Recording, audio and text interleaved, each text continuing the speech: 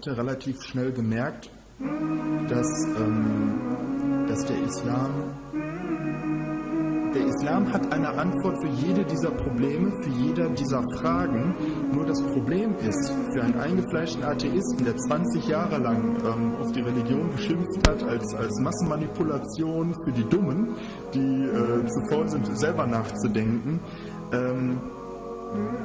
eine schöne Lebensphilosophie geboten bekommt, ist schön und gut. Aber ich kann nicht hingehen und mich selbst betrügen, nur um mich besser zu fühlen.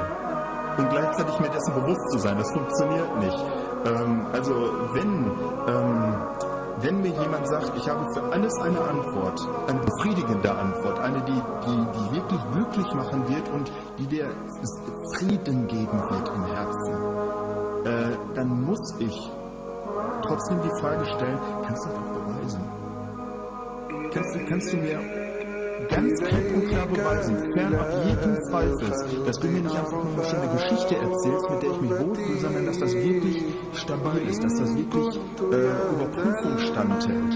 Wenn man bereit ist, diese Überprüfung stattzufinden und die Ergebnisse, auch wenn sie einem komisch vorkommen, wirklich zu akzeptieren, kannst du das. Und Qur'an zu lesen, und ich hatte angefangen, Dokus über muslimische Gelehrte, also wenn die Reden gehalten haben vor Publikum oder zu bestimmten Themen Stellung bezogen haben, irgendeiner, der Name ist mir jetzt leider entfallen, irgendeiner sagte, die Propheten haben sich dadurch ausgezeichnet, jeder hätte daherkommen können und sagen können, ich bin ein Prophet, was ich hier erzähle, das ist von Gott, ihr solltet mir besser folgen.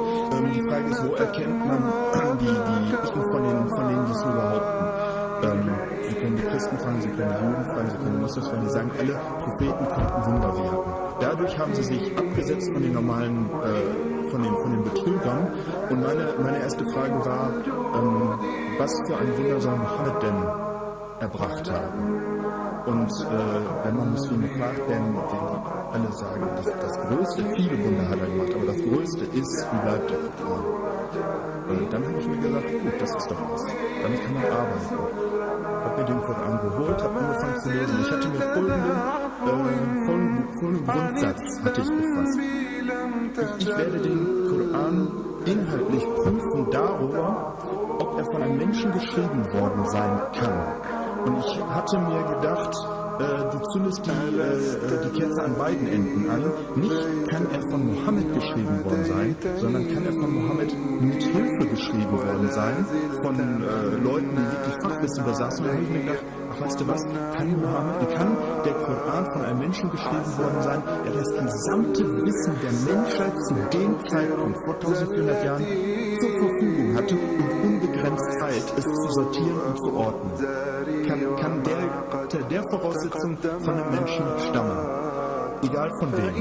Und ich habe mir gesagt, wenn das, was ich vorfinde, mir klar beweist, das ist nicht möglich, dann werde ich so konsequent sein und den entsprechenden Schritt tun und sagen, wenn das nicht von einem Menschen sein kann, dann muss es von Gott sein, wie sie es behaupten, und dann werde ich entsprechend handeln.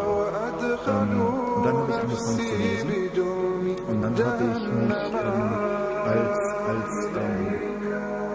über den Koran ist, dass er neben den moralischen Rechtleitungen,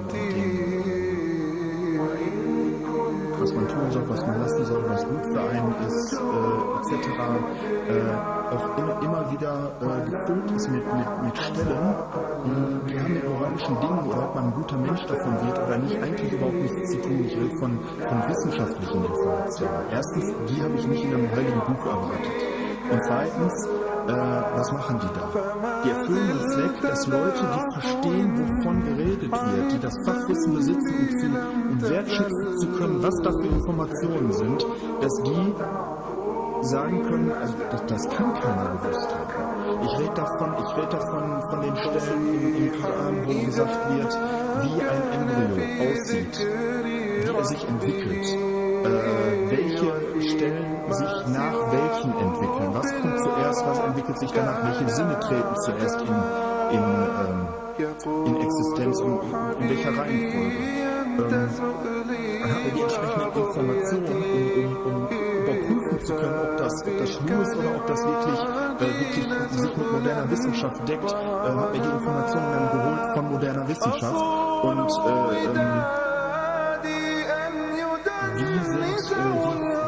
wie gehen Bergmassive unterirdisch weiter? Welche Formen? Wie sind sie in die Erde reingesetzt? Gehen die überhaupt unterirdisch weiter?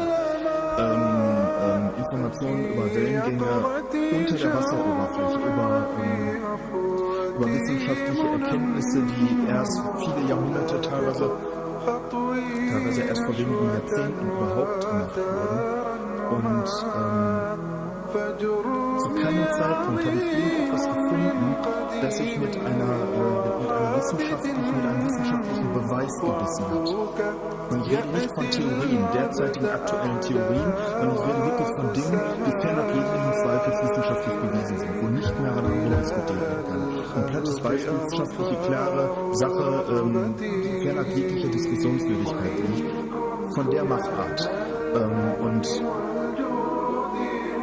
ich habe das erste gefunden und habe gedacht, ach, das gibt's gar nicht. Dann habe ich gedacht, gut, Zufall. Habe das zweite gefunden. Habe gedacht, ja, gut, Zufall. Habe das dritte, das vierte, das fünfte gefunden. Ich bin irgendwann an den Punkt gekommen, wo ich zu Hause saß und mich gefragt habe, wem machst du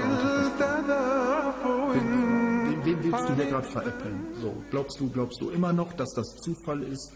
Glaubst du immer noch, dass die Informationen vielleicht damals doch irgendwie vorhanden gewesen wären und so. Und das ist der Punkt gewesen, wo ich dann irgendwann zu meiner Frau gesagt habe, einmal, du brauchst für mich kein Schweinfleisch mehr einkaufen. Und ich bin mir treu geblieben. Also ich bin dann wirklich hingegangen und habe gesagt, das ist zwar das Letzte, was du dir vor einem Jahr noch hättest vorstellen können, das ist ein absoluter Stilbruch. Du bist zu dem geworden, worüber du jahrelang geflucht hast, aber du hast den Beweis klar vor Augen und du musst jetzt das Richtige tun, sonst kannst du nicht mehr in den Spiegel gucken. Und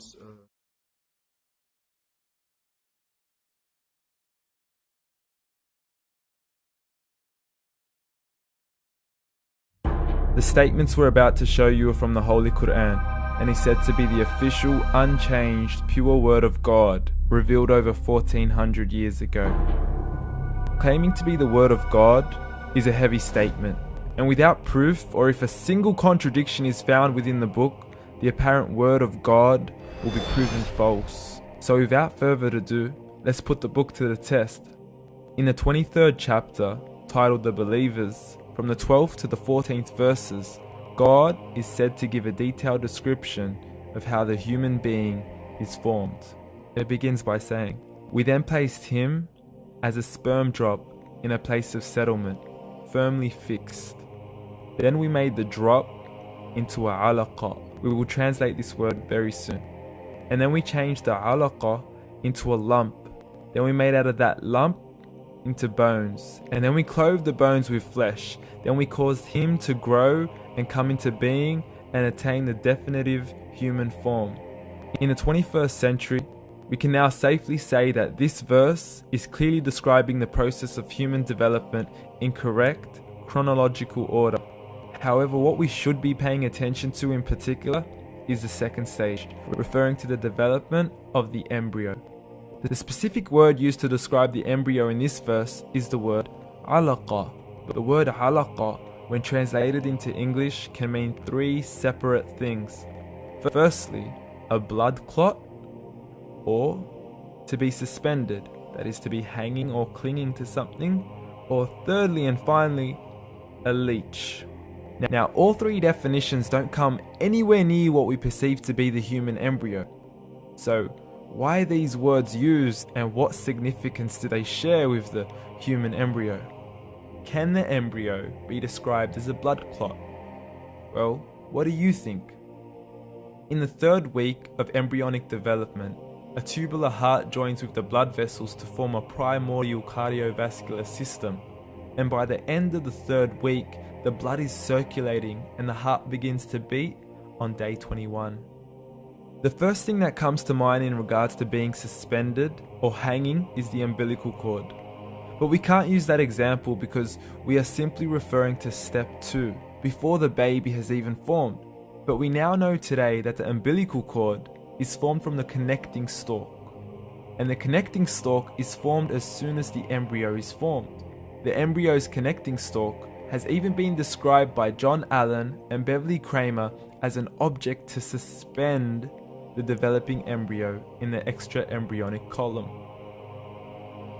So an embryo is suspended and does have a strong resemblance with the blood clot. What on earth would an embryo have to do with a leech? Figure A shows the structure of an embryo at 25 days. Figure B shows a leech.